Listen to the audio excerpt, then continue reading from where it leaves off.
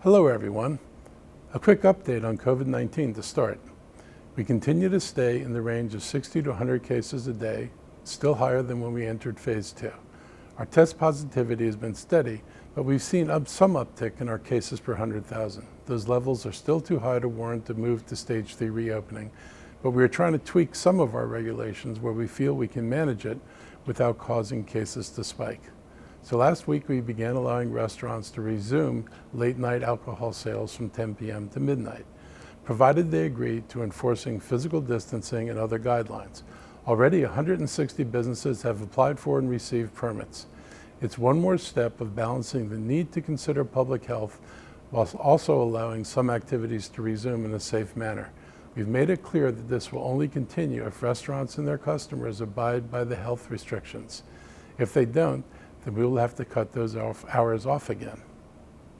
So if you're a customer or a business and you want to maintain this opening, then please do your part to keep you and others safe. Like everything else with this virus, in the absence of a vaccine, it is our actions and the choices that we make that can limit the spread of the virus or accelerate it. What you and I do really matters. As I think you know, we make each decision with the intent of keeping everyone safe. Our rules were put in place to apply to all. That is why it was so frustrating to see a certain visitor to our county this past weekend disregard our rules and blatantly put dedicated health workers, public safety officers, and residents of Montgomery County in jeopardy of being infected. We are proud that our county is home to great institutions like the Walter Reed National Military Medical Center, the Federal Drug Administration, and the National Institutes of Health, where another researcher has just won a Nobel Prize in Medicine. Our county is home to some of the world's leading bioscience companies, some of which are working feverishly on vaccines and treatments against COVID-19. All of these organizations work on the medical problems of our nation and those around the world.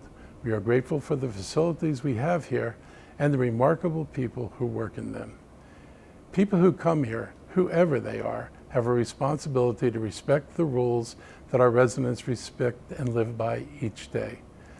And I want to thank so many of you who are continuing to follow those rules. I also want to thank our public health officer and the public health officers of the region for reminding everyone that if you have been in the White House in the past 2 weeks, attended the Rose Garden event, or been in contact with those who were there, then you should get tested. In fact, we're encouraging people to get tested regularly. We have testing sites every day of the week, and you can go to our website for more information. I want to emphasize again why getting tested is so important, particularly as more activities have been opened up in the region. It is obvious why it's important for people with symptoms to get tested, so I want to emphasize why asymptomatic people, those without symptoms, should get tested as well. One of the really troubling factors involved in COVID is that it is not always clear when a person is infected. Some people never seem to have symptoms, yet can carry the virus and spread it. Sometimes symptoms are so mild, people dismiss it as a cold. Sometimes people carry the virus for days before they show signs of the illness. In all of these cases, the problem that is created is that we don't know with certainty whether or not the people we interact with are infected and spreading the virus. And the result of that is many people who get sick don't connect getting COVID to any particular person or any event. The only way for us to see the extent of the virus in the community is to test people. And the sooner we test people, identify positive cases, and follow up with quarantines and contact tracing, the sooner we can stop the spread. That is our goal, and that is why we want to get you tested, and why we want people to be extra careful about indoor events and large social gatherings. I also want to note that on Monday, our county will observe Indigenous Peoples Day. We are officially changing the name of Columbus Day to acknowledge that the true history of our country has not been told. As a former teacher and a student of history, I understand the need to recognize that too much of the story of this country has been misrepresented, and it's time to correct that story. Columbus didn't discover the Americas. They were already occupied. What Columbus did do was begin the process of European nations coming here.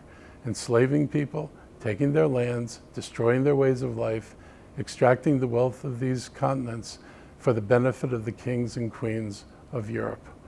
All of us need to understand our history. So rather than celebrate Columbus, we are instead recognizing Indigenous Peoples Day, a time to recognize the original occupants of these lands, their cultures, and the sacrifices they were forced to make.